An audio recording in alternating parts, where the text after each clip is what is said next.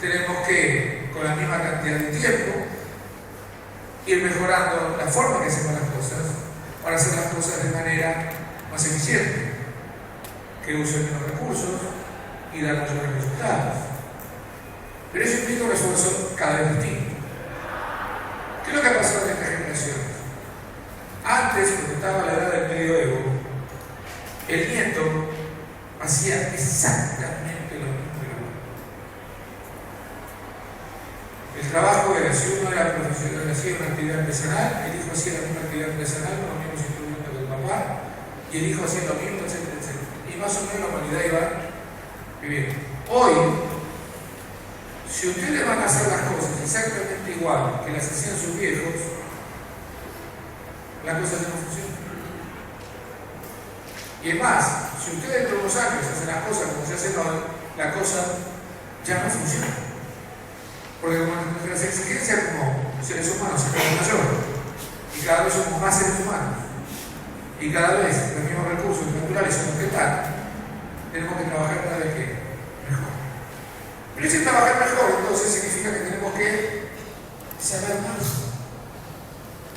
Cada vez tenemos que entender mejor cómo se pueden hacer las cosas. Y por lo tanto, cada vez tenemos que estudiar más. No es maravilloso que lo conmigo. Volvamos al hecho de que me caso con alguien poquito. Entonces empiezan a pasar dos cosas. El nivel de educación. La educación en su momento era una educación muy general. O sea, tenías la educación, entonces, en Argentina yo empezaba el abogado. Y después el abogado hacía de economista, de contador, de etcétera, así no sigue. Después que ya iba avanzando las sociedades, el tema se va complejizando, cada uno nos empezamos a especializar. Entonces primero era que se abrían nuevas carreras. Y después dentro de las nuevas carreras se abrían especialidades dentro de las nuevas carreras. Y ahora se hacen especialidades dentro de las especialidades. Entonces vos eras, hace 20 años, yo era programador de PC. Hace 10 años ya tenía que ser programador y había un diseñador. Y ahora están las redes sociales, que es programador, y bueno, ya me perdí. Eso implica que cada vez nosotros somos menos generalistas y somos cada vez más especialistas. Y esto es un problema, porque cada vez sabemos más de lo nuestro, pero menos de todo el resto. Entonces terminamos siendo también cada vez más dependientes del resto. A ver, si lo pongo en un ejemplo. Si yo estuviera como hace 50 años, vamos a hacer 150 años, tengo mi casita, que hago mi chancho, mi lechuga, qué sé yo vivo de lo que yo lo producí, más o menos tengo mi independencia. Hoy yo soy programador de web y tengo que comer. ¿Cómo hago? Tengo que ir a comprar. Alguien que hace qué? Huevos, pollos, leche, etc. Y el de pollo y leche hace pollo y leche, pero no necesita un programador de huevo. Mientras más nos especializamos, más relaciones y vínculos tenemos con más gente. Mientras yo me cargo de automatizarme más, ¿cuántos vínculos tenía yo como persona cuando me hacía mis cosas? Pocas. Mientras más me especializo, más vínculos necesito para sobrevivir. Es decir, que las relaciones humanas se tienen que ir extendiendo. O sea, cada vez más la supervivencia de ustedes depende de más gente que sabe cada vez más cosas. Entonces, en la medida que nosotros, ¿para qué nos educamos? Nos educamos para entenderlo genéticamente. La tendencia natural es que nos llevamos a especializar. Y a veces lo que terminamos de perder es la visión global de las cosas. De cuáles son las tendencias sociales, hacia dónde van las sociedades, cómo se organizan las sociedades. Y nos tendemos a especializar en lo que a nosotros nos gusta, en lo que nosotros entendemos y en lo que nosotros dependemos. Pero esa especialización a nosotros nos va convirtiendo cada vez más dependientes de cómo funciona el resto de la sociedad. Nuestra mayor especialización, a la vez que en esta sociedad moderna nuestra mayor fortaleza, se convierte a la vez en nuestra mayor debilidad. Nuestros desarrollos individuales terminan siendo necesariamente exitosos o no en función del contexto social en el que se mueven. Yo puedo ser muy bueno en lo mío, saber mucho de lo mío, pero como dependo del resto, si el resto de la sociedad no funciona bien, por más especialista que sea, mi desarrollo de especialista, ¿cómo va a ser? Mal. Y esto es muy interesante porque nos hace una contradicción que es difícil de resolver. La especialización y la complejidad de la sociedad me lleva a especializarme, pero si mi contexto social yo no lo entiendo, o no lo mejoro, no es bueno, con esa especialización no me alcanza para desarrollar. Entonces uno no solamente se educa para trabajar, sino que uno se educa también como ciudadano. No solamente te educas para trabajar en lo tuyo, sino que te educas para también entender cómo funciona la sociedad dentro de la cual vas a tratar de funcionar y desarrollarte en el tuyo. Y este es uno de los grandes desafíos que tienen las sociedades modernas, cómo nos organizamos de tal manera de que vos te puedas desarrollar lo mejor posible con tu especialidad. Y para eso todos tenemos que funcionar lo mejor posible colectivamente. Una sociedad que no funciona colectivamente bien, por más que tenga buenos especialistas, no termina funcionando bien. Entonces, cuando uno viene a estudiar en la universidad o viene a estudiar en el secundario, vos empezás a elegir lo que te gusta. Cuando vas trabajando vas viendo lo que más te gusta. Hay cosas que te van especializando. Pero lo que uno nunca tiene que dejar de ver y de entender son los contextos. Normalmente cuando uno se va profesionalizando, después yo soy José Impuestos, ¿quién estudia contador acá? Acá. José Impuestos se me pone, ¿no? Pero recontra útil. ¿Qué dice un contador de impuestos? 2 más 2 es... ¿Cuánto quiere usted vender? Bien, me gusta también. El que haya contestado 4 no es un buen contador. La idea es que la medida que yo me voy especializando, si yo digo, bueno, me especializo en lo mío y dejo de entender cómo funciona el contexto sobre el cual se desenvuelve mi especialidad, no voy a ser bueno. Es decir, si yo no conozco, yo quiero ser especialista en impuestos, ponerme a liquidar impuestos, entender los impuestos bien. Si yo no entiendo bien para qué se recaudan impuestos, cómo se gastan impuestos, cuál es la lógica del impuesto, por qué está teniendo un rol social ese impuesto, qué perspectiva tiene de duración ese impuesto, si yo no entiendo el contexto en el cual está puesto ese impuesto, yo no voy a ser bueno haciendo lo mío. O sea que no solamente te educas para ser bueno en lo que vas a ser especialista, vas a tener que educarte y formarte para ser bueno en entender los contextos. ¿Para qué es posible? Normalmente cuando uno estudia en la facultad le dedica mucho tiempo a estudiar, leer, pero a medida que va pasando el tiempo, cada vez dedicamos menos tiempo a entender nuestro contexto, a ver las cosas que nos pasan a nuestro alrededor, a ver la cosa cómo está funcionando los desarrollos de una sociedad. Y a veces nos paramos y leemos un buen artículo en el que dice, mirá, las redes sociales cómo nos afectan, nuestros vínculos, nuestras relaciones, qué rol tiene el LinkedIn, etc. Pero también es cómo estamos organizados como sociedad, cómo se perpetúa una sociedad,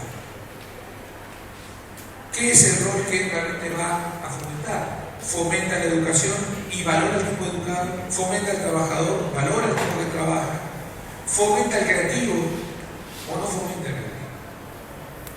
Entonces nosotros cuando venimos a la universidad, nos empezamos a educar, tenemos que necesariamente dedicar el tiempo a entender el contexto en el que nosotros vamos a trabajar y en la sociedad en la cual nos vamos a desarrollar. Pero no solamente ahora, sino permanentemente y durante los años. Esto que parece quizás una verdad de perogrullo, lo cierto es que muchas veces nosotros damos por sentadas cosas de la sociedad que con el tiempo van evolucionando y ya no son tan significativas. Por ejemplo, mi abuelo consideraba muchísimo que que trabajar muchas horas era muy importante. Hoy, muchos de los jóvenes consideran que trabajar muchas horas no es necesariamente importante. Que lo importante es tener una buena idea. Es tener un lugar y buscar un problema y tratar de solucionarlo y dedicarle tiempo a la solución. Entonces, fíjate, claro que estar un tiempo sin hacer nada termina siendo algo creativo y termina siendo algo productivo. Movimiento no implica necesariamente eficiencia. Una persona que hace una tarea rutinaria todo el tiempo sin cuestionarse la tarea rutinaria que hace todo el tiempo puede estar mucho tiempo trabajando, pero produciendo ¿qué? Muy poco. Entonces, esto es lo que también nosotros tenemos que entender con la educación. Y cuando nos viene y nos dan una tarea y una rutina, cuestionar la forma en la que trabajamos, en la forma que nos relacionamos. No para ser críticos por el acto de ser críticos, sino para buscar mejores formas de hacer las cosas. Pero para poder buscar alternativas, uno necesita saber entender. Y para entender hay que estudiar. Estudiar no es solamente estudiar un libro. Estudiar es también cuando te vas y llegas a un lugar de tu trabajo, es estudiar cómo funciona el lugar de tu trabajo. ¿Qué rol tiene cada uno? ¿Qué roles tenía cada uno? Es mirar que tu contexto, donde vos te estás desarrollando. Esta cuestión de querer llegar a un lugar y yo voy a hacer mejor en lo mío sin mirar el contexto, normalmente no te lleva a ningún lugar. Porque confrontar con el contexto, o el contexto no te aprovecha de su potencialidad. Su educación no es solamente saber más sobre lo que yo sé de mi especialidad. Educación es saber entender los contextos en los cuales me voy a desarrollar. Y para eso uno tiene que ampliarse. Entonces tiene que empezar a entender y hablar cuestiones de cómo funciona una oficina, cómo funciona un lugar de trabajo, qué cuestiones son de relaciones, inteligencias emocionales. Es decir, todo un panorama de lecturas que escapan a mi especialidad, pero que me ayudan a entender mi contexto. Entonces tenemos una sociedad que nos tiende y nos obliga a especializarnos cada vez más, pero a la vez cada vez es más necesario que entendamos el contexto en el cual nos vamos a desarrollar. Y ninguna educación formal te promueve hoy el estudio del contexto. Las educaciones formales tienden a especializar. Por lo tanto, la formación del contexto te queda muchas veces a vos. En las universidades norteamericanas, lo que está pasando es que los graduados, cuando van y se reciben, terminan siendo cada vez más especialistas. Pero la gente vuelve mucho a la universidad. En Harvard, por ejemplo, hay un programa muy interesante que vuelve todo lo que se llaman los midterm careers, todo lo que están a mitad de término de su carrera, que son las personas de 35 años. Y vuelven a encerrarse en la universidad durante 3 o 4 meses. ¿Saben para qué? No para saber más de lo que saben en su especialidad, sino para qué? Para el contexto, para entender cómo está el mundo, para entender cómo está la sociedad, para ver qué es lo que está pasando, para otras tácticas. Es decir, la formación universitaria y tu trabajo te va a ir especializando. Y vos vas a tener que hacer los esfuerzos cada vez más grandes por no perder el contexto y saber leer los contextos. Entonces, ese es el desafío que van a tener ustedes en adelante. Que no es solamente lo bueno que van a ser especializados, sino porque el trabajo, el propio personal como profesionales, el propio como empresarios, o el trabajo como empleados, para poder desarrollar los potenciales, no es solamente sabiendo más de lo que saben en lo suyo, es entendiendo el contexto en el cual van a estar trabajando. Entonces, ¿qué pasa con esto? El segundo punto. Que no solamente la especialización con el avance tecnológico que va avanzando cada vez más, sino que todo el tiempo seguir estudiando, sino que los contextos todo el tiempo también van cambiando. Entonces, ¿qué es lo interesante de la educación? Que así como muchas veces en 1800 uno se recibía de doctor y ya había muy pocos avances, hoy una vez que te recibís de algo, dice claramente el comienzo de tu estudio. cuando recibiste, empezaste a aprender eso. ¿Y sabes cómo terminas de aprender? Y esto es interesante porque estamos en una sociedad en que el cambio es lo único constante. Con lo cual el pibe es re buena onda, ¿no? ¿Viste? Te dije que estoy en Madrid. Allá porque ya no soy. Entonces lo que uno tiene que empezar a armarse como profesional, si quiere ser bueno trabajando, es que uno nunca tiene que dejar de educarse. ¿Qué me pasa con muchísima gente? Que yo asesoro empresas, con gente, de pronto los veo muy metidos en lo suyo, recontra encerrado en lo suyo. Y en ningún momento a veces paran la pelota y tratan de entender que ¿dónde están jugando? Porque resulta que el tipo está con la pelota de fútbol, levantó la mirada y estaba en una cancha de campo. Entonces la cosa que pasó, ¿dónde salía? Esa posibilidad es justamente lo de educación y trabajo. Cuando uno genera su propio trabajo, que yo entiendo que tienen unas generaciones, es que mucho cada vez más, si yo le digo a ustedes, el sueño de ustedes es entrar a una gran empresa y jubilarse en esa misma empresa, se durmieron, claro. O sea, es un sueño en el sentido de dormirse. A la mayoría de ustedes, si les pregunto quizás qué quieren hacer, no, la letra no le esfuerzo. La mayoría no, la mayoría lo que va a querer hacer es su propio destino.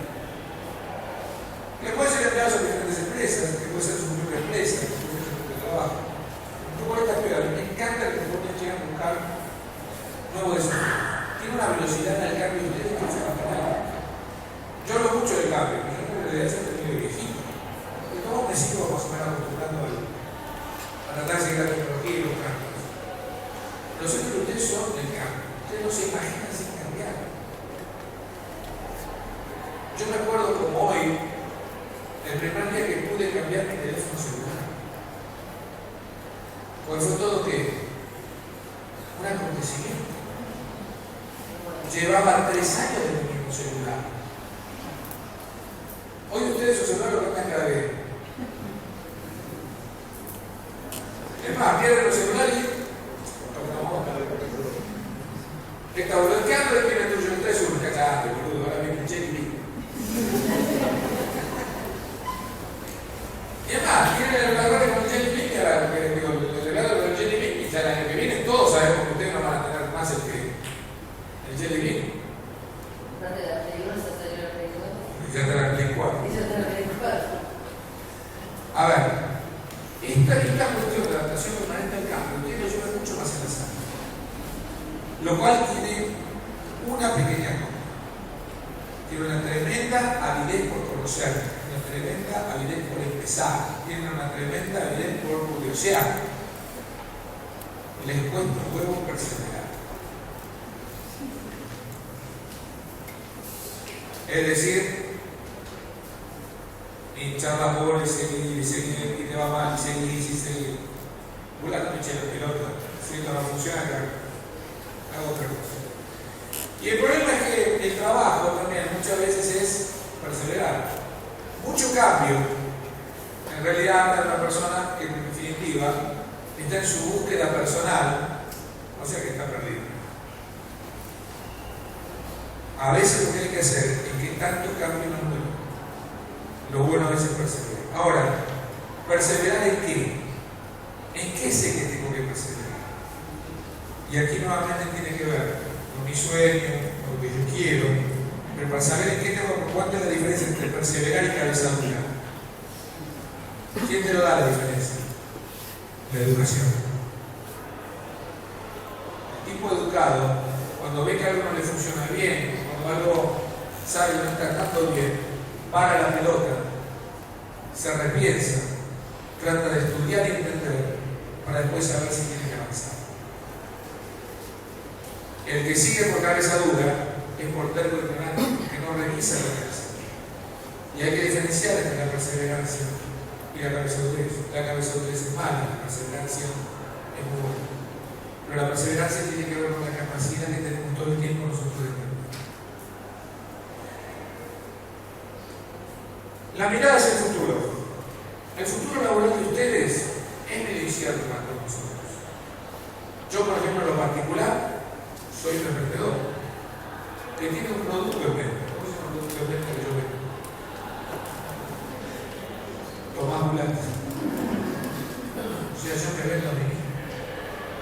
Yo dejo de venderme a mí, cagué.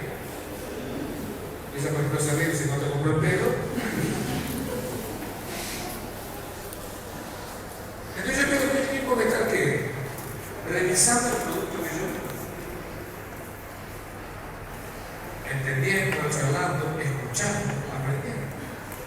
Hay mucha gente, ahora yo saqué un libro. ¿Cómo le fue a mi libro? General. Muy bien, sobre el centro. Ahora, yo el libro lo escribí después de que de haber recorrido muchos lugares, de haber charlado con mucha gente, y buena parte de lo que está en el libro es lo que yo puse, que yo sabía que a mucha gente le iba a interesar, porque estuve hablando con mucha gente que me decía las dudas que tenían. Entonces mucha gente agarra y empezó a leer y dijo, uy, esto era boludo lo que yo quería saber.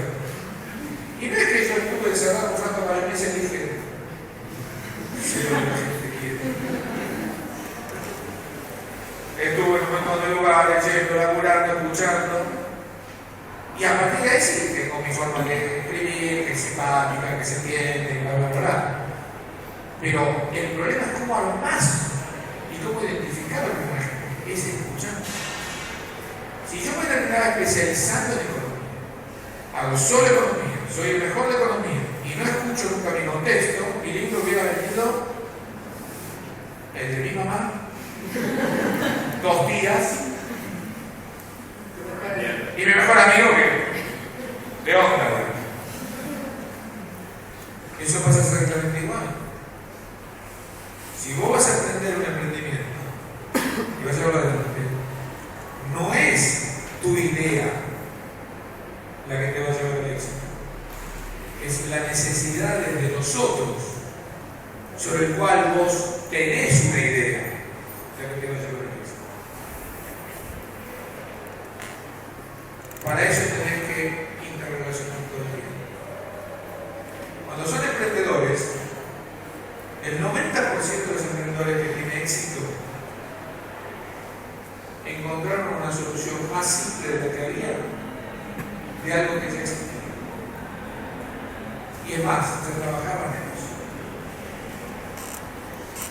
Una de las cadenas nuevas más exitosas de comida rápida, ¿cómo se llama? No, nueva. Alguien puede decir, che, ¿cuántos años tiene el café? ¿A quién apenas se le puede ocurrir algo bueno sobre el café? Y apareció que estamos. Se le ocurrió. Es americano, pero en realidad estuvo mucho en Europa, se ocurrió buena parte de Inglaterra. Ahora, el segundo punto. ¿A quién le gusta tomar café a la mañana? Todos. Tomar café, instantáneo, ya está resuelto. ¿A quién era se le puede ocurrir alguna otra boludez para hacer café? ¿Y qué apareció? Nespresso. La capsulita. ¿Quién inventó Nespresso? La historia de Nespresso es muy interesante. La inventó un tipo Nestlé. ¿Qué tenía Nestlé?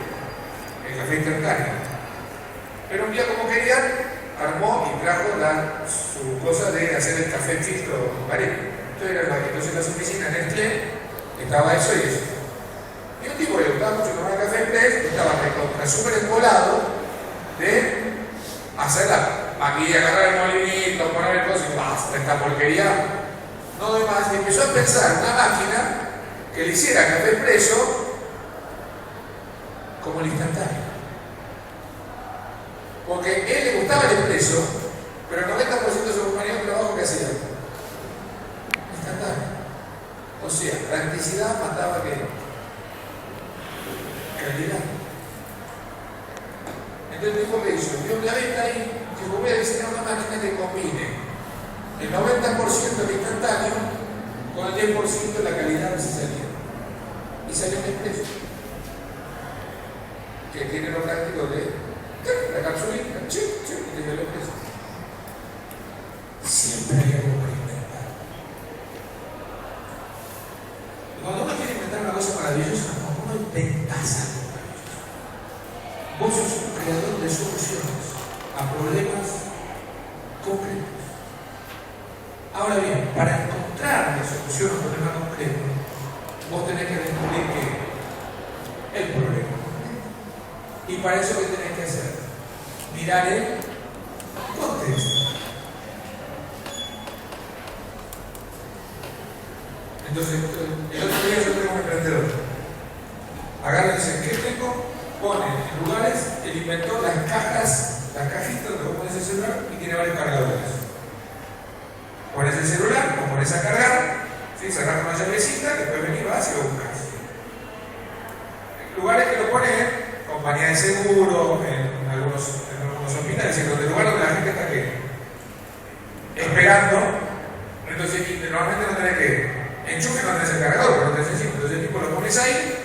El tipo, yo le conté, pero ¿cómo se te ocurrió esto? Pues yo tenía que ir a estudiar con un amigo en un examen, no tenía la dirección exacta, me olvidé de cargar el celular, salí, no tenía el teléfono en el pibe, me quedé sin pila en el celular, estuve preguntando dónde podía cargar el celular, nunca llegué a la casa del pibe y el examen me fue mal.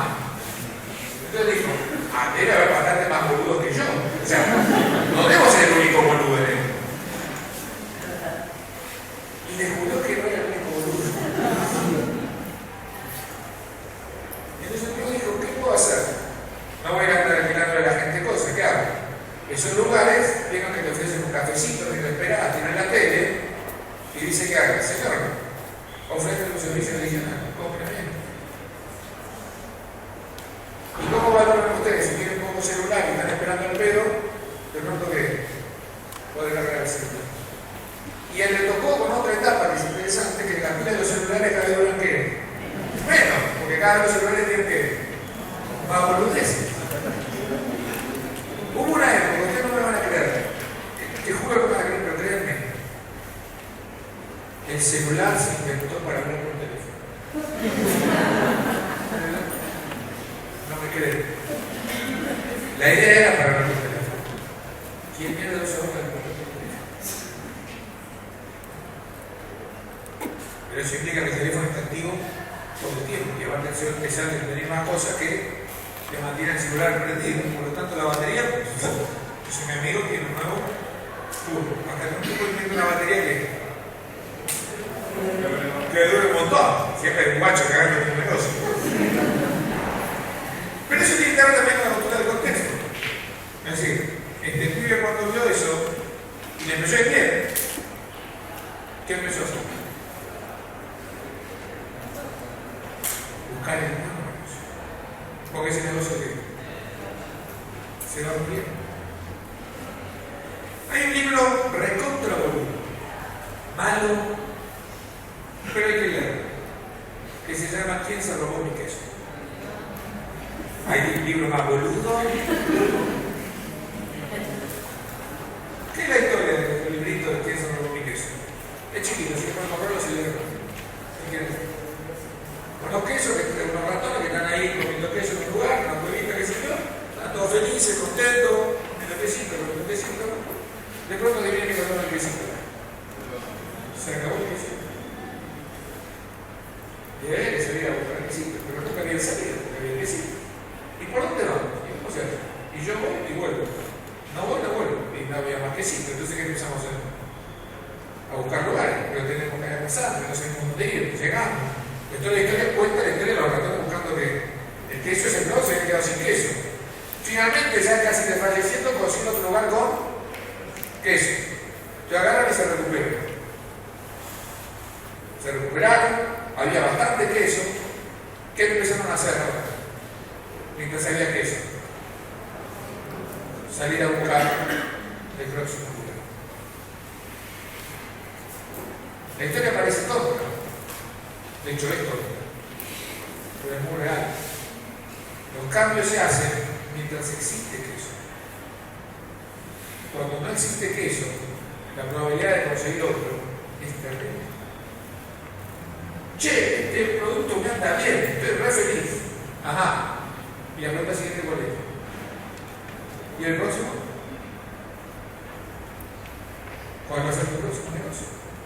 No, presidente, me va bien. Por eso, aprovechar que te va bien, porque ¿cuál va a ser el próximo? Y eso es una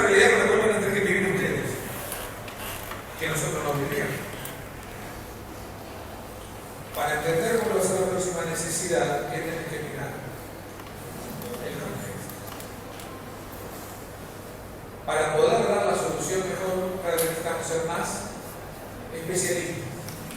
Pero de descubrir la necesidad necesitamos que el contexto. Así que está en el punto. Interesante desafío. De nunca dejar de aprender. Y por lo tanto nunca dejar de estudiar. Y estudiar no solamente con libros. Estudiar es llegar a un lugar y estudiar cómo funciona la gente, cómo funcionan las jerarquías. Es llegar a que te dan un lugar de papelería y entender para qué estás haciendo lo que estás haciendo. ¿Estás bien lo que estás haciendo? ¿O estás haciendo porque te dijeron que era lo que tenías que hacer? Sin preguntarte por qué lo estás haciendo, para qué lo estás haciendo.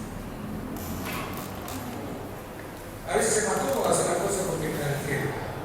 Pero eso no es trabajo. Trabajo de hacer las cosas mejor. Miren, ¿quién conoce Mafalda?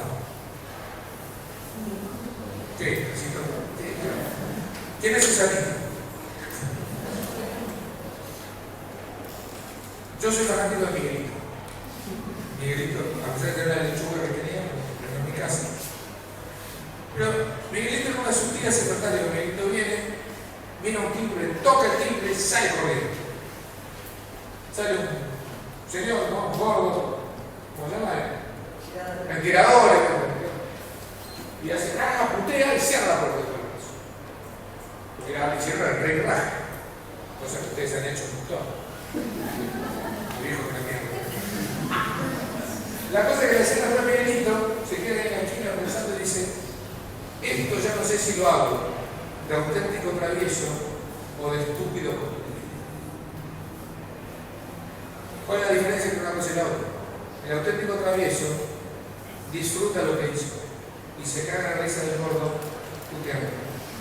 El auténtico travieso lo hizo porque lo hacía antes y ahora ya no le causa ninguna gracia. El trabajo de ustedes debe ser siempre de auténtico travieso, nunca de estúpido costumbrismo. La comodidad de ser estúpido costumbrismo, pero la originalidad, la creatividad, el avance que necesitamos como sociedad, por esto que le dije al principio, de que cada vez necesitamos hacer más cosas y hacer más todo, es ser auténtico travieso. Me siento el Papa Francisco diciendo que saca el libro, cuando le digo.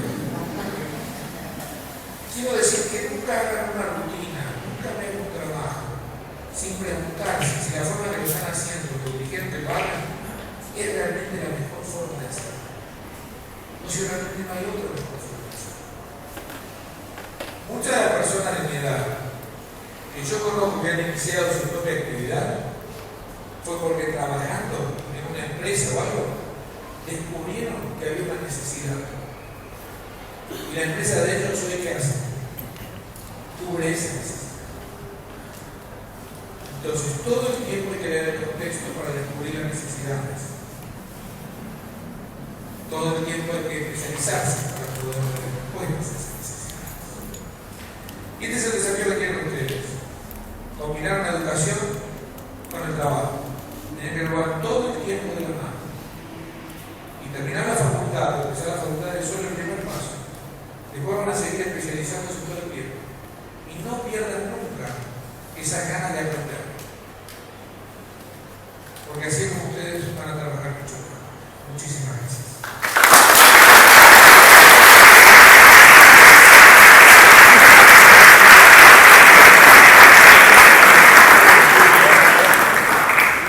Bueno, ahora viene la parte de pregunta-respuesta que les dije, bueno, después de esa boludez está muy bien.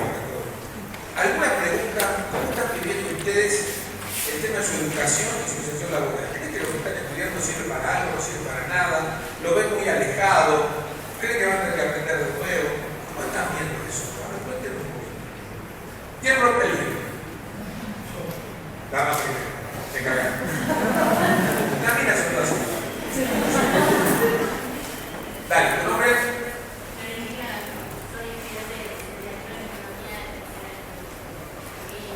Mi pregunta creo que al igual de la de varios de mis compañeros o personas que estudian mi carrera es si lo que yo estoy estudiando verdaderamente me va a servir el día de mañana, dado que muchos de los ámbitos donde yo creo que debería desenvolver mi profesión en economía hoy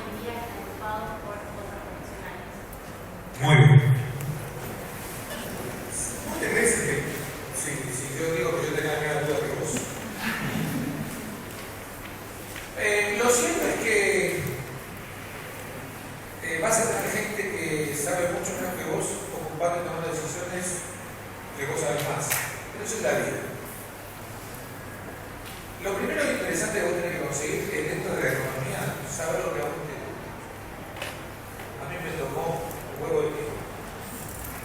Cuando empezás a trabajar, empezás a verlo. O sea, no es fácil encontrar lo que realmente te gusta. Digo, a mí me fascina la economía. Yo al final terminé especializándome en macro, que es lo que me gustaba. Que te especializa en finanzas, en laboral, porque a mí me gusta la macro. Pero yo te lo digo hoy.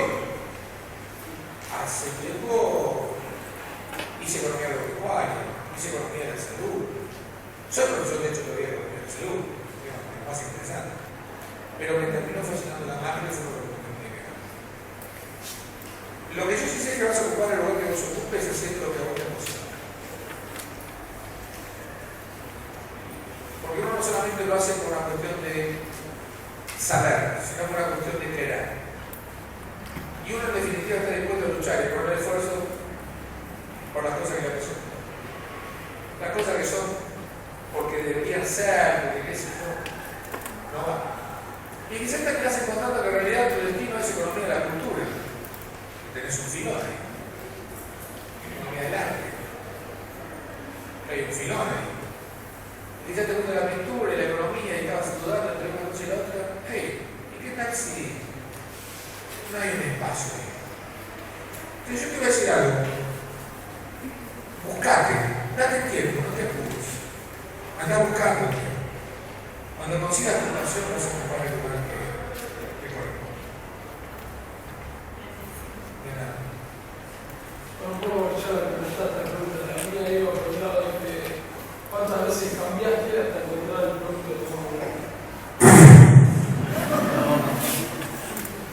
Mi historia. ¿Tengo pelo o no? Mira. Yo de hecho, en la facu, bueno, un año muy especial, en la facultad en el año 83, de la democracia, todo, militancia, todo, realmente funciones fantásticas. Y en la facu empecé a estudiar más fuerte en el 84. Y de hecho economía casi no daba. Me había aburrido, el ciclo común, el fútbol, contabilidad lo había escuchado 2 veces, como responde. Y yo me digo que bueno, economista no mucha contabilidad de las cosas. Entonces interna que permite contadores que ya no conocen. Hasta que llegó macro y yo dije, si paso macro y me gusta macro me quedo, si no me gusta macro me voy a buscar otro. Y tuve la suerte, que siempre ayudó, de tener un profesor espectacular que fue José María Fanel. Yo tuve un profesor de primera, en un contexto de primera, después de estudiar macro, cuando lanzaron el plan neutral, lo cual es una cosa maravillosa. Y me enganchó, me quedé. Después, ¿qué hice? Me copé y dije, tengo que estudiar afuera, quiero conocer otras cosas de afuera. Entonces me presenté a una amiga que me estaba por ahí, de la FAO. Me estudié de economía y desarrollo económico, a Río de Janeiro. Y me fui a estudiar desarrollo económico de Río de Janeiro. Juro que fui a estudiar la puta madre. Nadie me cree que en medio de Copacabana yo voy a estar estudiando. Entre Ipanema y Copacabana, digo, no solo estudiar, ¿ok? También. Lo interesante es que fui, volví con más conocimiento, estudié mucho más, hablaba portugués, volví a la Argentina en el 90, estuve 9 meses buscando laburo. No me preguntaba nada.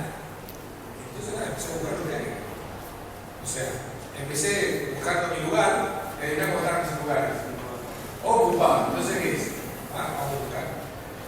Y salió por el día una búsqueda de ese de mantenía clientes que buscaban jóvenes profesionales. Y yo dije, cuando me van a casar, fui. Ya había ido una de Dreyfus, bochado, ya había otra no sé qué, bochado, así que fui a esta y la gané. Y entonces me metí ahí. Y empecé a sentirme cómodo, una empresa grande, empezó a darme laburo.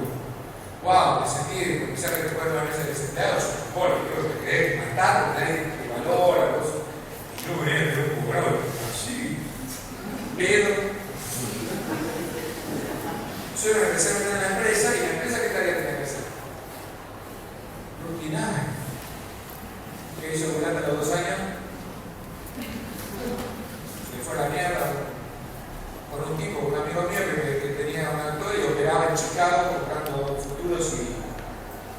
puse a operar en Chicago comprando futuro de tasa de interés y futuro de monedas.